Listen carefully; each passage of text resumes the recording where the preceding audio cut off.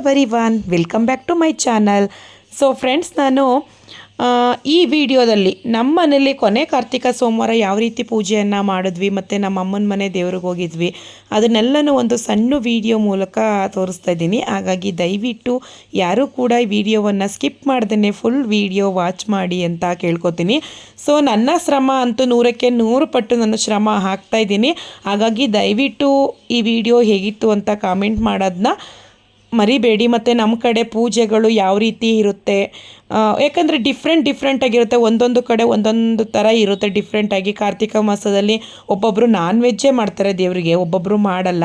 ಆ ರೀತಿ ಡಿಫ್ರೆಂಟ್ ಒಂದು ಸಂಪ್ರದಾಯವನ್ನು ಅನುಸರಿಸ್ತಾ ಇರ್ತೀವಿ. ಹಾಗಾಗಿ ನಮ್ಮ ಮನೆ ಕಡೆ ಯಾವ ರೀತಿ ಸಂಪ್ರದಾಯನ ಅನುಕರಣೆ ಮಾಡ್ತೀವಿ ಅನ್ನೋದನ್ನು ನಾನು ಈ ವಿಡಿಯೋದಲ್ಲಿ ತೋರಿಸ್ತಾ ಇದ್ದೀನಿ. ಸೊ ಬೆಳಿಗ್ಗೆ ಕರೆಕ್ಟಾಗಿ 5:30 ಆಗಿದೆ. 4 ಗಂಟೆಗೆ ಎದ್ದು ನಾವು ಸ್ನಾನ ಮಾಡಿಕೊಂಡು ರಾತ್ರಿಯೇ ಮನೆಯೆಲ್ಲ ಕ್ಲೀನ್ ಮಾಡಿದ್ದೆ. ಸೊ ಹಾಗಾಗಿ ಇವತ್ತು ನಾವು ವಾರ ಮಾಡಬೇಕು, ಬಸಪ್ಪಂಗೆ ಎಡೆ ತೋರಬೇಕು ಅಂತ ನಮ್ಮ ಒಂದು ಸಂಪ್ರದಾಯ ಇದೆ. 4 ಕಾರ್ತಿಕ ಸೋಮವಾರ ಬರುತ್ತಲ್ವ, ಆ 4 ಕಾರ್ತಿಕ ಸೋಮವಾರಗಳಲ್ಲಿ ಒಂದು ಸೋಮವಾರ ನಮ್ಮ ಮನೆ ದೇವ್ರಿಗೆ ಹೋಗಿ ಅಖಂಡ ದೀಪವನ್ನು ಹಚ್ಚಿ ಮನೆ ದೇವರ ದರ್ಶನ ಮಾಡ್ಕೊಂಡು ಬರಬೇಕು. ನೆಕ್ಸ್ಟು ಮನೆಯಲ್ಲೇ ನಾವು ಅಡುಗೆಯನ್ನು ಮಾಡಿ ಬಸವಪ್ಪಂಗೆ ಎಡೆ ತೋರಬೇಕು. ಆನಂತರ ನಾವು ಒಪ್ಪತ್ತು ಬಿಡಬೇಕು ಅನ್ನೋದು ಒಂದು ಸಂಪ್ರದಾಯ ಇದೆ. ಹಾಗಾಗಿ ನಾನು ಒಂದು ವಾರ ಅಂದರೆ 2ನೇ ವಾರ ನಮ್ಮ ಮನೆ ದೇವ್ರಿಗೆ ಹೋಗಿದ್ದೆ. ಮತ್ತು ಅಪ್ಪನ ಮನೆ ದೇವರು ಕೂಡ ಬಸವೇಶ್ವರ ಆಗಿರೋದ್ರಿಂದ ಒಂದು ವಾರ ಹೋಗಲೇಬೇಕು. ಸೊ ಹಾಗಾಗಿ ಇವತ್ತೇನೆ ನಾನು ನಮ್ಮ ಮನೆಯಲ್ಲೂ ಕೂಡ ದೇವರಿಗೆ ಎಡೆ ಎಲ್ಲ ಮಾಡಿಬಿಟ್ಟು ನಂತರ ಅಪ್ಪನ ಮನೆ ದೇವ್ರಿಗೆ ಹೋಗೋಣ ಅಂತೇಳಿ ಮುಂಚಿತವಾಗಿ ಎಲ್ಲ ಪ್ರಿಪೇರ್ ಮಾಡ್ಕೋತಾ ಇದ್ದೀನಿ. ನೀವು ಇಲ್ಲಿ ನೋಡ್ತಾ ಇರ್ಬೋದು, ದೇವರಿಗೆ ಎಡೆ ತೋರಬೇಕು ಅಂದರೆ ನಾರ್ಮಲಾಗಿ ಅನ್ನ, ಸಾಂಬಾರು, ಪಾಯಸ, ಮುದ್ದೆ ಈ ರೀತಿ ಮಾಡುವಂಥದ್ದು ನಮ್ಮ ಕಡೆ. ಅಂದರೆ ಆದಷ್ಟು ಹಸಿ ಕಾಳನ್ನ ಹಾಕಿ ಸಾಂಬಾರು ಮಾಡ್ತೀವಿ. ಹಾಗಾಗಿ ನಾನು ತೊಗರಿ ಕಾಳನ್ನು ತಂದಿದ್ದೀನಿ. ಒಂಥರ ಡಿಫ್ರೆಂಟಾಗಿರಬೇಕು. ಸಾಂಬಾರು ಅಂದರೆ ಯಾವಾಗಲೂ ನಾರ್ಮಲಾಗಿ ಮಾಡ್ತೀವಲ್ಲ, ಆ ರೀತಿ ಮಾಡೋದಲ್ಲ. ಇದಕ್ಕೆ ಸ್ವಲ್ಪ ಕಾಯಿ, ಕೊತ್ತಂಬರಿ ಸೊಪ್ಪು, ಸ್ವಲ್ಪ ಟೊಮೆಟೊ, ಈರುಳ್ಳಿ ಇಷ್ಟನ್ನ ಗ್ರೈಂಡ್ ಮಾಡ್ಕೊಂಡಿದ್ದು, ಇದಕ್ಕೆ ಸ್ವಲ್ಪ ಆಲೂಗೆಡ್ಡೆ, ಈರುಳ್ಳಿ, ಟೊಮೆಟೊ ಅದನ್ನೆಲ್ಲ ಒಗ್ಗರಣೆಗೆ ಹಾಕಿ ಕಾಳು ಜೊತೆ ಚೆನ್ನಾಗಿ ಫ್ರೈ ಮಾಡಿ ರುಬ್ಕೊಂಡಿರುವಂತಹ ಮಸಾಲೆನೂ ಹಾಕ್ಕೊಂಡು ಡೈರೆಕ್ಟು ಬೇಳೆ ಸಾಂಬಾರು ಪೌಡರ್ನ ಹಾಕ್ಕೊಂಡು ಎಷ್ಟು ಹದಕ್ಕೆ ಬೇಕು ನೀರು ಅಷ್ಟು ಅದಕ್ಕೆ ಹಾಕೋಬೇಕು. ಸ್ವಲ್ಪ ಹುಳಿ ಬಿಟ್ಕೊಂಡ್ರೆ ಪರ್ಫೆಕ್ಟ್ ಸಾಂಬಾರು ರೆಡಿ ಆಯಿತು. ಈಗ 1-2 ವಿಸಲ್ ಕೂಗಲಿ ಅಂತ ಆಲ್ರೆಡಿ ಸಾಂಬಾರಿಗೆ ರೆಡಿ ಮಾಡಿಟ್ಟಿದ್ದೀನಿ. ನೆಕ್ಸ್ಟು ಪಾಯಸನ ಅಕ್ಕಿ ಪಾಯಸ ಮಾಡ್ತೀನಿ ನಾನು. ಹಾಗಾಗಿ ಅಕ್ಕಿನ ಮೊದಲು ಹುರಿದಿಟ್ಕೊಂಡಿದ್ದೆ, ಅದನ್ನು ನೆನೆಸು ಕೂಡ ಇಟ್ಕೊಂಡಿದ್ದೆ. ಅಕ್ಕಿ ನೆಂದಿರುವಂತಹ ಅಕ್ಕಿ, ಕಾಯಿ, ಸ್ವಲ್ಪ ಗಸಗಸೆ ಅದನ್ನು ಗ್ರೈಂಡ್ ಮಾಡಿ ಇಟ್ಕೊಂಡು ಅದನ್ನು ಬೆಲ್ಲ ಎಲ್ಲ ಕರಗೋಕ್ಕಿಟ್ಟಿರ್ತೀನಿ. ಸ್ವಲ್ಪ ನೀರು ಹಾಕ್ಕೊಂಡು ಅದಕ್ಕೆ ರುಬ್ಕೊಂಡಿರುವಂತಹ ಕಾಯಿನ ಹಾಕ್ಕೊಂಡು ನಂತರ ತುಪ್ಪದಲ್ಲಿ ದ್ರಾಕ್ಷಿ ಗೋಡಂಬಿಯ ಕರೆದು ಹಾಕಿದ್ರೆ ಪರ್ಫೆಕ್ಟಾಗಿ ಪಾಯಸ ರೆಡಿ. ಮುದ್ದೆನೂ ಕೂಡ ರೆಡಿ ಆಯಿತು. ನಮ್ಮ ಹಳ್ಳಿ ಸೈಡಲ್ಲಿ ದೇವ್ರು ಮಾಡ್ತೀವಿ ಅಂದರೆ ಮುದ್ದೆ ಅಂತೂ ಇರಲೇಬೇಕು, ಅದು ಕಟ್ಟಿಟ್ಟ ಬುತ್ತಿ. ಸೊ ಇವಾಗ ಎಲ್ಲ ರೆಡಿ ಆಯಿತು. ನಾವು ಮಾಡಿರುವಂಥ ಅಡುಗೆ ಎಲ್ಲನೂ ಕೂಡ ದೇವರಿಗೆ ಎಡೆ ಇಕ್ಕುವಂತಹ ಸಂಪ್ರದಾಯ ಇಲ್ಲ ನಮ್ಮ ಕಡೆ. ಸಿಹಿಯನ್ನು ಏನು ಮಾಡಿರ್ತೀವಿ ಅದನ್ನು ದೇವರಿಗೆ ನೈವೇದ್ಯವಾಗಿ ಇಡ್ತೀವಿ. ಅಂದರೆ ನಾವು ಬಸವಪ್ಪಂಗೆ ಎಡೆ ತೋರುವಂಥದ್ದು ಹಸುಗಳಿಗೆ. ಹಾಗಾಗಿ ನಾನು ಪಾಯಸವನ್ನು ಮೊದಲು ನಮ್ಮ ಮನೆ ದೇವರಿಗೆ ನೈವೇದ್ಯವಾಗಿ ಇಟ್ಟು ಮನೆಯಲ್ಲಿ ಪೂಜೆ ಎಲ್ಲ ಮಾಡ್ತೀನಿ.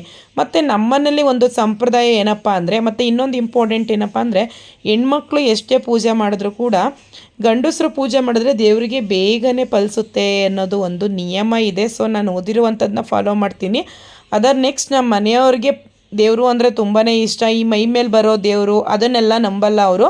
ಹಾಗಾಗಿ ಧೂಪದಾರ್ತಿ ಎಲ್ಲ ಇವ್ರ ಕೈಲೇ ನಾನು ಮಾಡಿಸ್ತೀನಿ. ನಂತರ ಗಂಧದ ಕಡ್ಡಿ ಪೂಜೆ ಎಲ್ಲ ನಾನು ಮಾಡ್ಕೋತೀನಿ. ಸೊ ಇದು ಒಂಥರ ಚಂದ ಅಲ್ವಾ. ಮತ್ತು ವಾರಗಳಲ್ಲಿ ಅಮಾವಾಸ್ಯೆ ಹುಣ್ಮೆಗಳಲ್ಲಿ ಈ ಕೆಂಡಕ್ಕೆ ಈಗ ಯಾರ ಮನೇಲಾದ್ರೂ ನೀರೊಲೆ ಇರುತ್ತಲ್ಲ, ಜಸ್ಟ್ ಕೆಂಡ ತಂದು ಹೊರಗಡೆ ಇಟ್ಕೊಂಡಿರಿ, ಅದನ್ನು ಒಂದು ಜಾಲರಿ ಮೇಲೆ ಇಟ್ಕೊಂಡು ಅದನ್ನು ಬಿಸಿ ಮಾಡಿಕೊಂಡು ಧೂಪದ ಪುಡಿನ ಹಾಕ್ಕೊಂಡ್ರೆ ಒಂದು ಪಾಸಿಟಿವ್ ಆಗಿರುತ್ತೆ, ಆರೋಗ್ಯವಾಗಿ ಕೂಡ ಇರ್ತೀವಿ. ಆರ್ಟಿಫಿಷಿಯಲಿ ಧೂಪ ತಂದು ಮನೇಲಿ ಹಚ್ಚೋದ್ಕಿಂತ ಈ ರೀತಿ ಮಾಡ್ಕೊಳ್ಳಿ, ಮನೆ ತುಂಬ ಘಮ ಫ್ಲೇವರ್ ಬರುತ್ತೆ. ಸೊ ಚೆನ್ನಾಗಿರುತ್ತೆ. ಈಗ ನಂತರ ನಾನು ಕೂಡ ಪೂಜೆ ಮಾಡ್ತಾಯಿದ್ದೀನಿ. ಕರೆಕ್ಟಾಗಿ 6:30 ಆಗಿದೆ ಟೈಮು.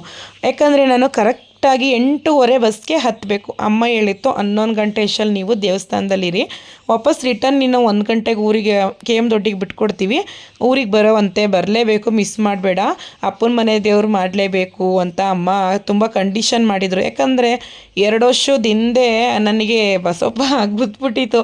ಯಾಕಂದರೆ ತುಂಬ ವರ್ಷ ಹೋಗಿರಲಿಲ್ಲ. ಹಾಗಾಗಿ ನಮಸ್ಕಾರ ಮಾಡ್ಕೊಳಕ್ಕೆ ಹೋದಾಗ ಅದು ನಮಸ್ಕಾರನೇ ಮಾಡಿಸ್ಕೊಂಡಿಲ್ಲ, ಗುದ್ದಕ್ಕೆ ಬರ್ತಿತ್ತು. ನನಗಂತೂ ತುಂಬ ಭಯ ಆಗ್ಬಿಟ್ಟಿತ್ತು. ಅದಕ್ಕೆ ಅಮ್ಮ ವರ್ಷಕ್ಕೊಂದು ಸಾರಿ ಬಂದು ಬಂದು ಮನೆ ದೇವ್ರು ಮಾಡ್ಕೊಂಡು ಹೋಗ್ಬೇಕು ಅಂತ ಅಲ್ಲಿನ ಪೂಜಾರಿನೂ ಕೂಡ ಹೇಳಿದರು. ಹಂಗೆಲ್ಲ ಬರ್ದೇ ಇರಬಾರ್ದಮ್ಮ ಎಷ್ಟೇ ದೂರ ಇದ್ರೂ ಅಂತ. ಯಾಕಂದರೆ ನಮ್ಮ ಕಡೆ ಬಸವೇಶ್ವರ ಅಂದರೆ ಅಷ್ಟೊಂದು ಪವರ್ಫುಲ್, ಅಷ್ಟೊಂದು ನಂಬಿಕೆ ನಮ್ಮ ಕಡೆ. ಯಾಕಂದರೆ ಅದು ನಡೆದಾಡುವ ದೇವರು ಅಂತಲೇ ಹೇಳ್ತಾರೆ ನಮ್ಮ ಕಡೆ. ಯಾಕಂದರೆ ಆ ಬಸವಪ್ಪಗಳು ಪ್ರೂವ್ ಮಾಡು ತೋರಿಸ್ತವೆ ಅವರ ಶಕ್ತಿನ. ಹಾಗಾಗಿ ನಾವು ತುಂಬ ನಂಬ್ತೀವಿ. ಈಗ ಬಸವಂಗೆ ಎಡೆ ತೋರೋಕ್ಕೆ ಅಂತ ಅನ್ನ ಸಾಂಬಾರು ಮುದ್ದೆ ಪಾಯಸ ಎಲ್ಲ ತೊಗೊಂಡು ಬಂದ್ವಿ. ನಮ್ಮ ಮನೆ ಮುಂದೆನೇ ಹಸುಗಳನ್ನ ಸಾಕಿದ್ದಾರೆ. ಹಾಗಾಗಿ ಇದೊಂದು ನಮಗೆ ಎಷ್ಟು ಚೆನ್ನಾಗಿ ಯೂಸ್ ಆಗುತ್ತೆ ಅಂದರೆ ತುಂಬ ಚೆನ್ನಾಗಿ ಅವರು ರೆಸ್ಪಾನ್ಸ್ ಮಾಡ್ತಾರೆ. ಹಸುಗೆ ನಾವು ಪೂಜೆ ಮಾಡಬೇಕು ಅಂದರೆ ಆ ಆಂಟಿನೇ ಬಂದು ಹಸು ಹತ್ರ ನಿಂತ್ಕೋತಾರೆ, ಗುದ್ಬಿಟ್ರೆ ಕಷ್ಟ ಅಂತೇಳಿ. ಅದೊಂದು ಖುಷಿಯಾಗುತ್ತೆ. ಈಗ ನಾವು ಬಂದು ಹಸುಗೆಲ್ಲ ಪೂಜೆ ಮಾಡ್ತಾಯಿದ್ದೀವಿ. ಯಾಕಂದರೆ ಮುಕ್ಕೋಟಿ ದೇವತೆಗಳು ಹಸುಗಳಲ್ಲಿ ಇರುತ್ತೆ, ಹಸುವಿನಲ್ಲಿ ಅಡಗಿರುತ್ತೆ. ಹಾಗಾಗಿ ನಾವು ಹಸುನ ಪೂಜೆ ಮಾಡಬೇಕು. ಯಾವುದೇ ಒಂದು ಹಬ್ಬ ಮಾಡಬೇಕಾದ್ರೆ ಫಾರ್ ಎಕ್ಸಾಂಪಲ್ ಸಂಕ್ರಾಂತಿ ಹಬ್ಬ, ವರಮಹಾಲಕ್ಷ್ಮಿ ಹಬ್ಬ, ಈ ರೀತಿ ನಮ್ಮ ಮನೆ ದೇವರಿಗೆ ಪೂಜೆ ಮಾಡಬೇಕಾದ್ರೆ ಹಸುನ ಪೂಜೆ ಮಾಡಿ ನಂತರ ನಾವು ಆಹಾರವನ್ನು ಸೇವನೆ ಮಾಡಬೇಕು ಅನ್ನೋದು ಒಂದು ಸಂಪ್ರದಾಯ. ನಮ್ಮ ಮನೆ ದೇವರು, ಗಂಡನ ಮನೆ ದೇವರು, ನೆಕ್ಸ್ಟು ಅಪ್ಪನ ಮನೆ ದೇವರು, ಎರಡು ಮನೆ ದೇವರು ಕೂಡ ಬಸವೇಶ್ವರ. ಆದರೆ ಹಸ್ಬೆಂಡ್ ಮನೆ ದೇವರು ಗಾಂಧಾಳ ಬಸವೇಶ್ವರ, ನಮ್ಮ ಮನೆ ದೇವರು ಕಾರ್ಕಳ್ಳಿ. ಆ ರೀತಿ ಚೇಂಜ್ ಇದೆ. ಹಾಗಾಗಿ ಮತ್ತು ಹೆಣ್ಣು ದೇವರು ಬೇರೆ ಬೇರೆ ಇದ್ದರೆ ಆ ರೀತಿ ಇದ್ದಾಗ ಮದುವೆ ಮಾಡ್ಬೋದು. ಯಾಕಂದರೆ ಒಂದೇ ದೇವರಿದ್ದಾಗ ಮದುವೆ ಮಾಡಲ್ಲ. ಈ ರೀತಿ ಚೇಂಜ್ ಇರೋದ್ರಿಂದ ಸೊ ಎರಡು ಮನೆ ದೇವರು ಬಸವೇಶ್ವರ ಆಗಿರೋದ್ರಿಂದ ನಾವು ಸ್ವಲ್ಪ ಹಸುಗಳಿಗೆ ಪೂಜೆ ಮಾಡೋದು ಜಾಸ್ತಿ. ಇದು ಒಂದು ಒಳ್ಳೆಯ ಅಭ್ಯಾಸ. ಸೊ ಇಲ್ಲಿ ಕರುಗಳು ಕೂಡ ನೋಡಿ ಎಷ್ಟು ಚೆಂದ ನೋಡ್ತಾ ಇದ್ದಾವೆ, ತುಂಬ ಮುದ್ದಾಗಿವೆ. ನಮ್ಮ ಮನೆಯವ್ರಿಗೆ ಈ ಕರುಗಳಿಗೆ ಪೂಜೆ ಮಾಡಬೇಕು ಅನ್ನೋದು ಅವರ ಇಂಟೆನ್ಸ್ ಫಸ್ಟಿಂದನೂ. ಈ ಕರುಗಳಿಗೆ ಮಾಡು, ಎಷ್ಟು ಚೆಂದ ನಿಂತ್ಕೊಂಡಿದ್ದೇವೆ ನೋಡು, ಚೆನ್ನಾಗಿ ಕಾಣಿಸ್ತವೆ ಅಂತ ಹೇಳ್ತಾನೆ ಇದ್ರು. ಯಾಕಂದರೆ ಅವರು ಸಿಟಿಯಲ್ಲಿ ಬೆಳೆದಿರೋದ್ರಿಂದ ಇವುಗಳ ಅನುಭವ ಕಡಿಮೆ. ನಾನು ಹಳ್ಳಿಯಲ್ಲಿರೋದ್ರಿಂದ ಹಸುಗಳೆಲ್ಲ ನೋಡಿರೋದ್ರಿಂದ ನಂಗೆ ಅಷ್ಟೊಂದು ಚೇಂಜಸ್ ಅನಿಸಲ್ಲ. ನೋಡಿ ಪುಟ್ಪುಟಾಣಿ ಹಸುಗಳು ಪೂಜೆ ಮಾಡ್ತಾಯಿದ್ರೆ ಆ ಬಾಳೆಹಣ್ಗಾಗಿ ನೋಡ್ತಾ ಇದ್ದಾವೆ ಕಂದಮ್ಮಗಳು. ಹಸು ಒಳ್ಳೆ ಎಳೆ ಮಗು ಥರ ಕಾಣಿಸುತ್ತೆ ಹಸು ಕರುಗಳು, ನೋಡೋದಕ್ಕೇ ಖುಷಿಯಾಗುತ್ತೆ. ನಂತರ ನಾವು ತಂದಿರುವಂಥ ಪ್ರಸಾದನ ಹಸುಗೆ ತಿನ್ನಿಸ್ಬಿಟ್ಟು ಹೋಗಬೇಕು. ಮತ್ತು ಇದರಲ್ಲಿ ನಾವೇನಾದರೂ ತಪ್ಪು ಮಾಡಿದರೆ ಅಂದರೆ ಇವು ಒಂಥರ ಜೀವಂತವಾಗಿರೋ ದೇವರು ಅಂತ ನಾವಂತೂ ನಂಬ್ತೀವಿ. ಅದು ಮುಟ್ಟು ನೋಡಲ್ಲ. ಈಗ ಫಾರ್ ಎಕ್ಸಾಂಪಲ್ಲು ಗೃಹ ಪ್ರವೇಶ ಮಾಡಬೇಕಾದ್ರೆ ಮತ್ತು ಯಾರಾದರೂ ಡೆತ್ ಆಗಿದ್ದು 3 ತಿಂಗಳು ಮನೆ ಬಿಟ್ಟಿದ್ರೆ ಹಸುಗಳು ಒಳಗಡೆ ಬರಲ್ಲ. ಒಳ್ಳೆಯದಾಗುತ್ತೆ ಅಂದರೆ ಮಾತ್ರ ಮನೆ ಒಳಗಡೆ ಬರುತ್ತೆ. ಅದು ನಮ್ಮ ನಂಬಿಕೆ. ಮತ್ತು ನಾವು ಇದನ್ನು ನೀಟಾಗಿ ಮನಸ್ಫೂರ್ತಿಯಾಗಿ ದೇವರಿಗೆ ಅಂತ ಮಾಡಿಲ್ಲ ಅಂದರೆ ಹಸುಗಳು ತಿನ್ನಲ್ಲ. ಇದನ್ನೆಲ್ಲ ನಾನು ನೋಡಿದ್ದೀನಿ. ಅವು ತಟ್ಟೆ ಹಿಡಿದ ತಕ್ಷಣವೇ ಬಾಯಾಗಿ ತಿಂತವೆ ಅಂದರೆ ದೇವ್ರಿಗೆ ಅದು ತಲುಪಿದೆ, ನಾವು ಮಾಡಿರುವಂಥ ನೈವೇದ್ಯ ಅನ್ನೋದು ಒಂದು ನಮ್ಮ ನಂಬಿಕೆ. ಸೊ ಈಗ ದೇವರಿಗೆ ನೈವೇದ್ಯ ಎಲ್ಲ ಕೊಟ್ಟು ನಂತರ ರೆಡಿಯಾಗಿ ಹೊರಡ್ತಾ ಇದ್ದೀವಿ. ಮಧ್ಯದಾರಿಯಲ್ಲಿ ಒಬ್ಬರು ಬಾಣಂತಿ ಹತ್ತಿದ್ರು. ಆ ಪಾಪು ನೋಡಿ ಎಷ್ಟು ಮುದ್ದಾಗಿದೆ. ನನ್ನ ಮಕ್ಕಳು ಕಿತ್ತಾಡ್ತಾನೇ ಇದ್ರು ಅಷ್ಟೊತ್ತವರೆಗೂ. ಆ ಪಾಪು ಬಂದಿದ್ದ ತಕ್ಷಣ ನನ್ನ ಪಕ್ಕದಲ್ಲಿ ಕೂತ್ಕೊಂಡು ಎಷ್ಟು ಮುದ್ದಾಡಿದ್ರು ಅಂದರೆ ನನಗೆ ನನ್ನ ಮಕ್ಕಳು ಪಾಪವಾಗಿದ್ದಾಗ ಅದೊಂದು ಮೆಮೊರೀಸು ತುಂಬ ಖುಷಿ ಆಯಿತು. ಮಕ್ಕಳಂತೂ ಫುಲ್ಲು ಖುಷಿಪಟ್ಟರು. ನಂತರ ನಾವು KM ದೊಡ್ಡಿಗೆ ಬಂದ್ವಿ. ಅಲ್ಲಿಂದ ಬಂದ ತಕ್ಷಣವೇ ನನ್ನ ತಮ್ಮ ಅವನು ಹೊಸ ಕಾರಲ್ಲಿ ಬಂದು ನಮ್ಮನ್ನು ಕರ್ಕೊಂಡು ಹೋಗ್ತಾ ಇದ್ದಾನೆ. ಯಾಕಂದರೆ ನಾವು ದೇವಸ್ಥಾನಕ್ಕೆ ಬರೋದು ಹಿಂದಿನ ದಿನ ನಾವು ಕಾರ್ ಪರ್ಚೇಸ್ ಮಾಡಿದ್ದು. ನಾವು ಕಾರ್ಗೆಲ್ಲ ಹತ್ತಕ್ಕೆ ಹೋಗಿರಲಿಲ್ಲ, ಟೈಮ್ ಆಗಿಬಿಡ್ತಲ್ಲ. ಅವ್ನಿಗೊಂದು ವಿಶ್ ಮಾಡಿ ನಾವು ಬಂದುಬಿಟ್ವಿ. ಸೊ ಹಾಗಾಗಿ ಇವತ್ತು ನನ್ನ ಮಕ್ಕಳೆಲ್ಲ ಮಾಮ ಕಾರಲ್ಲಿ ಹೋಗಬೇಕು ಅಂತ ಇಲ್ಲಿಂದನೇ ಫೋನ್ ಮಾಡ್ತಿದ್ರು ಅವ್ರ ಮಾಮಂಗೆ, ಮಾಮ ನಿನ್ನ ಕಾರ್ ಹತ್ಬೇಕು ನಾವು ಅಂತ. ಅವನು ಪಾಪ ಮಕ್ಕಳೆಲ್ಲ ಕೇಳ್ತಾ ಇದ್ದಾರೆ ಅಂತೇಳಿ ಅಮ್ಮನ್ನ ದೇವಸ್ಥಾನದಲ್ಲಿ ಬಿಟ್ಟು ನಂತರ ನಮ್ಮನ್ನು ಕರ್ಕೊಂಡು ಬಂದ. ನೀವಿಲ್ಲಿ ನೋಡ್ತಾ ಇರ್ಬೋದು ಆಲ್ರೆಡಿ ಪ್ರಸಾದ ಎಲ್ಲ ರೆಡಿ ಮಾಡಿಸಿದ್ದೀವಿ. ನಾವು ಬಂದಿದ್ದ ತಕ್ಷಣವೇ ಮೊದಲನೇ ಪೂಜೆ ಸ್ಟಾರ್ಟ್ ಆಗಿತ್ತು. ಬಸವಪ್ಪನ ನೋಡಿ ಫಸ್ಟು ಪೂಜೆ ಎಷ್ಟು ಖುಷಿಯಾಗುತ್ತೆ ಅಂದರೆ ಮನಸ್ಸಿಗೆ. ಇಲ್ಲೂ ಅಷ್ಟೇ ನಮ್ಮ ದೇವ್ರನ್ನ ಈ ರೀತಿ ಸ್ಪೋಕ್ ಮೇಂಟೈನ್ ಮಾಡೋದಲ್ಲ, ನಮ್ಮ ದೇವರೇ ಹೆಚ್ಚು ಅಂತ ಅಲ್ಲ. ನಮ್ಮ ಸುತ್ತಮುತ್ತ ಕಡೆಯಲ್ಲಿ ಚಿಕ್ಕರಸನಕೆರೆ ಬಸವಪ್ಪ, ಕಾರ್ಕಳಿ ಬಸವಪ್ಪ ಅಂತಂದರೆ ತುಂಬ ಅಷ್ಟೊಂದು ನಂಬಿಕೆ, ಅಷ್ಟೊಂದು ಪವರ್ಫುಲ್ ಅಂತಲೇ ಹೇಳ್ಬೋದು. ಈ ಬಸವಪ್ಪನೂ ಅಷ್ಟೇ ಗೊತ್ತಾಗ್ಬಿಡುತ್ತೆ. ಏನೇ ಒಂದು ತಪ್ಪು ಮಾಡಿದ್ರೂ ಕೂಡ ಅದು ಮೂಸು ನೋಡಲ್ಲ, ಒಬ್ಬರ ಕೈಲಿ ನಮಸ್ಕಾರನೂ ಕೂಡ ಮಾಡಿಸ್ಕೊಳ್ಳಲ್ಲ, ಅಷ್ಟೊಂದು ಸೂಕ್ಷ್ಮ. ಸೊ ನನಗೇನು ಖುಷಿ ಆಯ್ತಪ್ಪ ಅಂದರೆ ನನ್ನ ತಮ್ಮ ಮನಸ್ಫೂರ್ತಿಯಾಗಿ ದೇವ್ರು ಮಾಡ್ತಾನೆ. ಎಷ್ಟು ನಂಬ್ತಾನೆ ಅಷ್ಟೇ ನಂಬೋದವನು. ಹಾಗಾಗಿ ಎಷ್ಟು ಖುಷಿಯಿಂದ ಪೂಜೆ ಮಾಡಿಸ್ಕೊತು ಅಂದರೆ ತುಂಬ ಖುಷಿಯಾಗುತ್ತೆ. ನಾನು ತುಂಬ ಜನ ನೋಡ್ತೀನಿ, ನಾವು ಊಟ ತಂದಿಟ್ಟು ಎಲ್ಲ ಖಾಲಿ ಆದಮೇಲೆ ಕೆಲವೊಬ್ಬರು ತಂದಾಗ ಅದು ಒಂದೊಂದು ಸರಿ ಮೂಸು ನೋಡಲ್ಲ, ಒಂದೊಂದು ಸರಿ ಅವ್ರ ಕಾಲಿಗೆ ಬಿದ್ದರೂ ಕೂಡ ನಮಸ್ಕಾರ ಮಾಡಲ್ಲ, ಅವ್ರಿಗೆ ಗುದ್ದೋದು ಆ ರೀತಿ ಎಲ್ಲ ಮಾಡ್ತಾ ಇರುತ್ತೆ. ಅದೆಲ್ಲ ನೋಡಿದಾಗ ನಾವು ತುಂಬ ಹಿಂದೆ ಕಷ್ಟ ಅನುಭವಿಸಿ ಇವಾಗ ಒಂದು ಹಂತಕ್ಕೆ ಬಂದಾಗ ನಾವು ಈ ರೀತಿ ದೇವ್ರ ಸೇವೆ ಮಾಡಬೇಕು ಅಂತ ಮನಸ್ಸಿಟ್ಟು ಮನಸ್ಫೂರ್ತಿಯಾಗಿ ಮಾಡ್ತಾಯಿದ್ದೀವಲ್ಲ, ದೇವರು ಅದನ್ನು ತಲುಪಿಸ್ಕೊತಾನಲ್ಲ ಅನ್ನೋದು ಒಂದು ನಮಗೆ ಖುಷಿಯಾಗುತ್ತೆ. ಕೆಲವೊಬ್ಬರು ಹೇಳ್ತಾರೆ ಅಯ್ಯೋ ನಾವು ದೇವ್ರು ನಂಬಲ್ಲ ಅಂತ. ದಯವಿಟ್ಟು ಈ ರೀತಿ ದೇವ್ರುಗಳನ್ನ ನಂಬಿ, ಮೈ ಮೇಲೆ ಬರುವಂಥ ದೇವ್ರುಗಳನ್ನ ದಯವಿಟ್ಟು ನಂಬೇಡಿ ಅಂತ ಕೇಳ್ತೀನಿ. ಸೊ ಇಲ್ಲಿ ನಾವು ಕೇಸರಿ ಬಾತು ಮತ್ತು ಪಲಾವನ್ನ ಮಾಡಿಸಿದ್ದೀವಿ. ನೀವು ಇಲ್ಲಿ ನೋಡ್ತಾ ಇರ್ಬೋದು. ನಾವು ಸುಮ್ಮನೆ ದೇವ್ರಿಗೆ ಮಾಡಿಸ್ಬಿಟ್ಟು ಮನೆಯಲ್ಲಿ ನೈವೇದ್ಯಕ್ಕೆ ಇಟ್ಟು ತಂದು ಕೊಡೋದಲ್ಲ. ಇಲ್ಲಿ ನಮ್ಮ ಮನೆ ಸೈಡಲ್ಲಿ ಅಡುಗೆನ ಮಾಡಿರ್ತೀವಲ್ಲ, ಅದನ್ನು ಸ್ವಲ್ಪನೂ ಕೂಡ ಏನೂ ಮುಟ್ಟಿರಬಾರ್ದು. ಹೇಗಿರುತ್ತೆ ಹಾಗೆ ತಂದೆ ಇಟ್ಬಿಡ್ಬೇಕು. ಬಸಪ್ಪ ಬಂದು ಅದಕ್ಕೆ ಮೂಸ್ ನೋಡಿ ಅದು ಮನಸ್ಫೂರ್ತಿಯಾಗಿ ಸ್ವಲ್ಪ ತಿಂದು ಹೋದ್ಮೇಲೆ ನಾವು ಜನಗಳಿಗೆ ಹಂಚಬೇಕು. ನೀವು ಇಲ್ಲಿ ನೋಡ್ತಾ ಇರ್ಬೋದು. ಅದಕ್ಕೆ ಇಷ್ಟ ಆಗಲಿಲ್ಲ ಅಂದರೆ ಕೈಯಾಗಿ ತಿನ್ಸಿದ್ರು ಕೂಡ ಅದು ತಿನ್ನಲ್ಲ, ವಾಪಸ್ ಹೊರಟೋಗುತ್ತೆ. ಸೊ ಈ ಸರಿ ನಾನು ಅಮ್ಮ ನಾನು ಮಾಡೋಕ್ಕೆ ಸ್ಟಾರ್ಟ್ ಮಾಡಿದ್ಮೇಲೆ ಈ ರೀತಿ ಸೇವೆನ ಇದು 3ನೇ ಸಾರಿ ನಾವು ಬಂದಿರೋದು. ನಾನು ಒಂದೆರಡು ಸಾರಿ ಕಾಲಿಗೆ ನಮಸ್ಕಾರ ಮಾಡೋಕ್ಕೆ ಹೋದಾಗ ಏನು ತಪ್ಪಾಗಿತ್ತೇನೋ ನನಗೆ ಗೊತ್ತಿಲ್ಲ. ಅಂದರೆ ಯಾವಾಗಲೂ ಒಂದು ಸರಿ ಬರ್ತಿದ್ದೆ, ಕಾಲಿಗೆ ನಮಸ್ಕಾರ ಮಾಡೋಕ್ಕೆ ಹೋದರೆ ಸಾಕು ವಾಪಸ್ ಹೊಟ್ಟೋಗ್ತಿತ್ತು. ಈ ಸರಿ ನಿಂತ್ಕೊತು ನಮಸ್ಕಾರ ಮಾಡೋಕ್ಕೆ ಹೋದಾಗ, ಹಾಗಾಗಿ ನಮ್ಮ ಅಮ್ಮ ಎಲ್ಲ ನೋಡ್ದ, ನೀನು ವರ್ಷಕ್ಕೊಂದು ಸರಿ ಮನೆ ದೇವ್ರು ಮಾಡೋಕ್ಕೆ ಬರ್ತೀಯಾ, ಇವಾಗ ಎಷ್ಟು ಚೆನ್ನಾಗಿ ನಿಂತಿದೆ ದೇವರು, ಅಲ್ಲಲ್ಲೇ ಬಂದು ನೀನು ಮನೆ ದೇವ್ರ ದರ್ಶನ ಮಾಡಬೇಕು ಅಂತ ಅಮ್ಮ ಹೇಳ್ತಾಯಿತ್ತು. ಸೊ ಖುಷಿ ಆಯಿತು. ಮೊದಲನೇ ಪೂಜೆ ಮತ್ತು ಪ್ರಸಾದನೂ ಅಷ್ಟೇ ವಿತಿನ್ ಒಂದು ಹಾಫ್ ಆನ್ ಅವರಲ್ಲೆಲ್ಲ ಪ್ರಸಾದ ಖಾಲಿ ಆಗಿಬಿಡ್ತು. ನೀವು ಇಲ್ಲಿ ನೋಡ್ತಾ ಇರ್ಬೋದು. ಪಲಾವ್ ಮತ್ತು ಕೇಸರಿ ಭಾತ್ನ ಮಾಡಿಸ್ಕೊಂಡು ಬಂದಿದ್ದೀವಿ. ಈಗ ಬಸಪ್ಪನೂ ಕೂಡ ಸ್ವಲ್ಪ ತಿಂದು ಹೋಯ್ತು.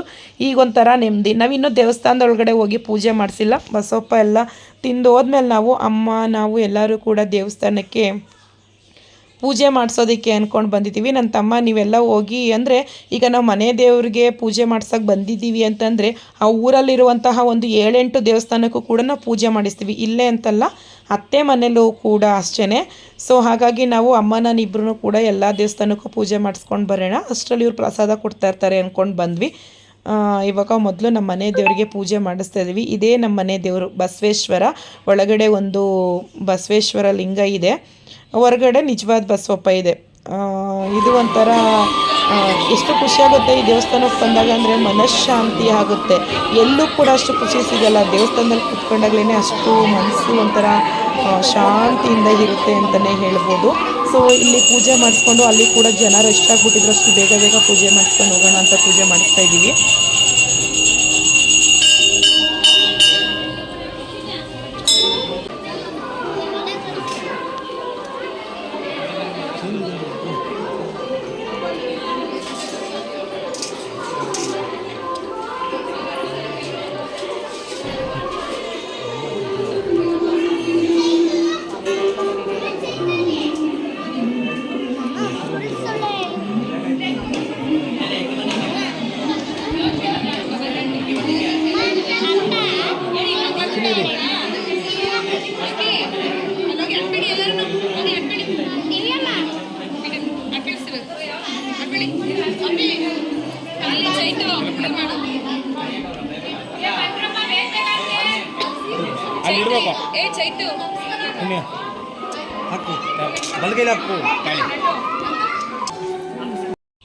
ನಾವು ಒಂದೆರಡು ದೇವಸ್ಥಾನಕ್ಕೆ ಪೂಜೆ ಮಾಡಿಸ್ಕೊಂಡು ಬಂದ್ವಿ. ಇಲ್ಲಿ ತಮ್ಮನ ಫ್ರೆಂಡ್ಸ್ ಎಲ್ಲ ಆಲ್ರೆಡಿ ಊಟ ಕೊಡ್ತಾಯಿದ್ರು. ಇಲ್ಲೂ ಸ್ವಲ್ಪ ಹೊತ್ತು ನಾವು ಪ್ಲೇಟ್ಸ್ ಎಲ್ಲ ಕೊಡೋಣ, ಇಲ್ಲಿ ರಶ್ ಆಗಿಬಿಟ್ರು. ಹಾಗಾಗಿ ನನ್ನ ತಮ್ಮ ಬಂದು ಪ್ಲೇಟ್ಸ್ ಆದರೂ ಕೊಡಿ, ಬೇಗ ಮುಗಿಲಿ ಅಂತ ಹೇಳ್ತಾ ಇದ್ದ ಅವನು. ಅಂದರೆ ಈಗ ನಿಂತಿರ್ತಾರೆ, ಎಷ್ಟೊತ್ತಿಗೆ ನಿಂತಿರ್ತಾರೆ ಜನ, ಬೇಗ ಬೇಗ ಕೊಟ್ಟರೆ ಬೇಗ ಮುಗಿಯುತ್ತಲ್ವ. ಹಾಗಾಗಿ ನಾವು ಕೂಡ ಜಾಯ್ನ್ ಆಗ್ತೀವಿ ನೆಕ್ಸ್ಟ್ ಇಲ್ಲಿ ಊಟ ಕೊಡೋದಕ್ಕೆ. ಇಲ್ಲಿ ಇಷ್ಟೇ ಅಲ್ಲ, ಇಲ್ಲಿ ಹರಕೆ ಮಾಡಿಕೊಂಡು ದೇವಸ್ಥಾನದಲ್ಲಿ ಈಗ ಬಸವಪ್ಪಗಳು ಶಿವೈಕ್ಯ ಆದಾಗ, ವಯಸ್ಸಾದಮೇಲೆ ಹುಷಾರಿಲ್ಲ ಅಂದರೆ ಸತ್ತೋಗ್ತಾವಲ್ಲ, ಆ ಟೈಮೆಲ್ಲ ಅದನ್ನು ಸಮಾಧಿ ಮಾಡಿರ್ತಾರಲ್ಲ, ಅಲ್ಲಿ ದೇವಸ್ಥಾನನ ನಿರ್ಮಾಣ ಮಾಡಿರ್ತಾರೆ. ಅಲ್ಲಿ ಹರಕೆ ಮಾಡಿಕೊಂಡು ಊತಾಳ್ ಬಸವಪ್ಪ ಅಂತ ಕರೀತಾರೆ ನಮ್ಮ ಕಡೆ. ಅಲ್ಲಿ ಏನಾದರೂ ನಮ್ಮನೇಲಿ ಏನಾದರೂ ಒಂದು ಸಮಸ್ಯೆ ಆಗಿರುತ್ತೆ, ಏನಾದರೂ ಒಂದು ಒಳ್ಳೆ ಕೆಲಸ ಆಗಲಿ ಅಂತ ಹರಕೆ ಮಾಡ್ಕೊಂಡಿರ್ತಾರೆ. ಅಲ್ಲಿ ಬೇರೆ ಥರ ಅಡುಗೆನೂ ಕೂಡ ಮಾಡಿಸ್ತಾರೆ, ಅಂದರೆ ಸ್ವೀಟ್ ಅಡುಗೆನೇ, ಅನ್ನ ಸಾಂಬಾರು ಆ ರೀತಿ ಅಡುಗೆನ ಮಾಡಿಸ್ತಾರೆ. ಸೊ ನಾವು ಅದನ್ನು ಯಾವತ್ತೂ ಮಾಡಿಸಿಲ್ಲ. ಜಸ್ಟು ಪ್ರತಿ ವರ್ಷ ನಾವು ಕಾರ್ತಿಕ ತಿಂಗಳಲ್ಲಿ, ಅಂದರೆ ತುಂಬ ವರ್ಷದಿಂದ ಏನೋ ಮಾಡಿಸಿಲ್ಲ, ಒಂದು 4 ವರ್ಷದಿಂದ, ಅಂದರೆ 4 ವರ್ಷದಿಂದ ಬ್ಯಾಕ್, ಅಂದರೆ ತುಂಬ ವರ್ಷಗಳಿಂದ ನಮಗೆ ತುಂಬ ಕಷ್ಟ ಇರ್ತಿತ್ತು. ಎಷ್ಟು ಅಂದರೆ ನಮ್ಮ ಅಪ್ಪನ ಹತ್ರದವರೇ ನಮಗೆ ತುಂಬ ಮೋಸ ಮಾಡಿಬಿಟ್ಟಿದ್ರು.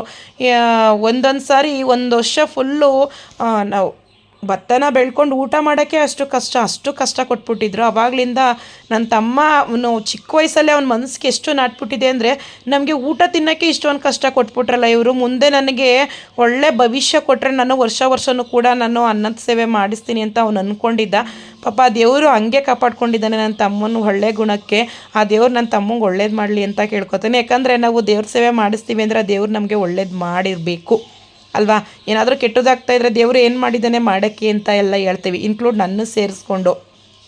ಸೊ ನಮಗೆ ಅಷ್ಟು ಕಷ್ಟ ಆಗ್ತಿತ್ತು. ಆವಾಗ ನಾವು ಚಿಕ್ಕವರಿದ್ದಾಗ ಯಾವಾಗಲೂ ಮಾತಾಡ್ಕೋತಿದ್ವಿ, ಯಾರಾದರೂ ನಮ್ಮ ರಿಲೇಷನ್ಸಲ್ಲೇ ಕೊಡ್ತಿದ್ರು, ನಮ್ಮ ಮೋಸ ಮಾಡಿದವ್ರೇ ಈ ರೀತಿ ತಂದು ಮಾಡ್ತಿದ್ರು, ಅವ್ರು ನಮ್ಮ ಹತ್ರನೇ ಕಿತ್ಕೊಂಡಿದ್ರು. ಆಗ ಅನ್ಕೋತಿದ್ವಿ ಇವರು ಇಷ್ಟೆಲ್ಲ ಮೋಸ ಮಾಡಿ ಇದನ್ನೆಲ್ಲ ಸರಿ ಅನ್ಸ್ಕೊಳಕ್ಕೆ ಮಾಡ್ತಾರೆ, ನಾವು ಇಷ್ಟೆಲ್ಲ ಮೋಸ ಹೋಗಿದ್ದೀವಿ, ನಾವು ಯಾವಾಗ ಇಂಪ್ರೂವ್ ಆಗೋದು, ಇವ್ರ ಥರನೇ ನಾವು ಮಾಡಬೇಕು, ನಾವು ಚೆನ್ನಾಗಿ ಬೆಳಿಬೇಕು, ಆ ಥರ ಎಲ್ಲ ನಾವು ಥಿಂಕ್ ಮಾಡ್ತಿದ್ವಿ. ಯಾಕಂದರೆ ನಾವು ಒಂದು ಬುದ್ಧಿ ಕಲಿಬೇಕು, ಒಂದು ಇದರಲ್ಲಿ ಮುಂದುವರಿಬೇಕು ಅಂತಂದರೆ ನಮ್ಗೆ ಈ ರೀತಿ ಮೋಸ ಆಗಲೇಬೇಕು. ಒಬ್ಬ ವ್ಯಕ್ತಿಯಲ್ಲಿ ಇಂಪ್ರೂವ್ ಆಗ್ತಾಯಿದ್ದಾನೆ, ಅಭಿವೃದ್ಧಿ ಆಗ್ತಾಯಿದ್ದಾನೆ ಅಂದರೆ ಅವ್ನಿಗೆ ಅಷ್ಟು ಮೋಸ ಆಗಿರುತ್ತೆ. ಆ್ಯಸ್ ಇಟ್ ಆಸ್ ನಮ್ಮ ಫ್ಯಾಮಿಲಿಗೂ ಅಷ್ಟೇ ತುಂಬ ಅಂದರೆ ತುಂಬಾ ಮೋಸ ಆಯಿತು ಲೈಫಲ್ಲಿ. ನಾವು 3 ಜನ ಬುದ್ಧಿ ಕಲಿಬೇಕು ಅಂದರೆ ಅವ್ರುಗಳೇ ಕಾರಣ. ನಿಜ ಹೇಳ್ತೀನಿ, ನಾವು ಉದ್ಧಾರ ಆಗಬೇಕು ಅಂದರೆ ಡೆಫಿನೆಟ್ಲಿ ಅವರೇ ಕಾರಣ.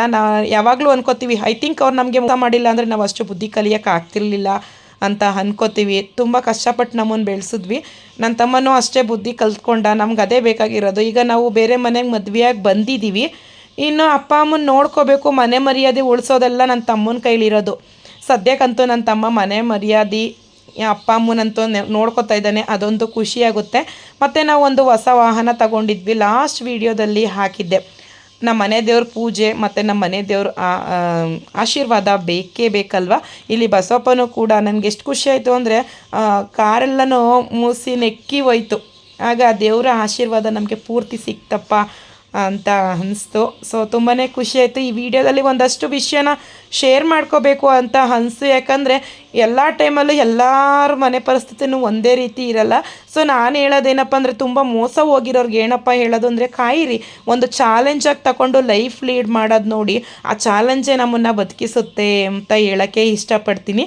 ಸೊ ಇಷ್ಟು ಹೊತ್ತು ತಾಳ್ಮೆಯಿಂದ ನಾನು ಮಾತಾಡೋದನ್ನ ಕೇಳಿಸ್ಕೊಂಡಿರುವಂತಹ ನನ್ನ ಎಲ್ಲ ಸ್ನೇಹಿತರಿಗೂ ಕೂಡ ಥ್ಯಾಂಕ್ಸ್ ಹೇಳೋಕ್ಕೆ ಇಷ್ಟಪಡ್ತೀನಿ. ಸೊ ನಮ್ಮ ಅಪ್ಪನ ಮನೆ ಬಗ್ಗೆ ಹೇಳ್ತಾ ಹೋದರೆ ಒಂದು ಸೀರಿಯಲ್ಲೇ ಆಗುತ್ತೆ, ಅಷ್ಟು ನಾವು ಅನುಭವಿಸಿದ್ದೀವಿ. ಸೊ ಸ್ವಲ್ಪನೇ ನಾನು ಹೇಳೋದು, ಯಾಕಂದರೆ ವಿಷಯಗಳನ್ನ ಹೇಳ್ತಾ ಹೋದರೆ ನನಗೆ ದುಃಖ ಆಗುತ್ತೆ. ಒಂದು ಸ್ವಲ್ಪನೇ ಹೇಳ್ತೀನಿ, ಆದರೂ ಕೂಡ ಅದನ್ನೆಲ್ಲ ಮರೆಸ್ಬಿಟ್ಟಿದೆ ಈಗ ನನಗೆ. ಓಕೆ ಫ್ರೆಂಡ್ಸ್, ನೆಕ್ಸ್ಟ್ ವೀಡಿಯೋದಲ್ಲಿ ಸಿಗೋಣ. ಈ ವಿಡಿಯೋ ಇಷ್ಟು ಸಾಕು ಅಂತ ಹೇಳ್ತಾ ಈ ವಿಡಿಯೋನ ಎಂಡ್ ಮಾಡ್ತೀನಿ. ನೆಕ್ಸ್ಟ್ ವೀಡಿಯೋದಲ್ಲಿ ಸಿಗ್ತೀನಿ. ಓಕೆ ಫ್ರೆಂಡ್ಸ್, ಬಾಯ್.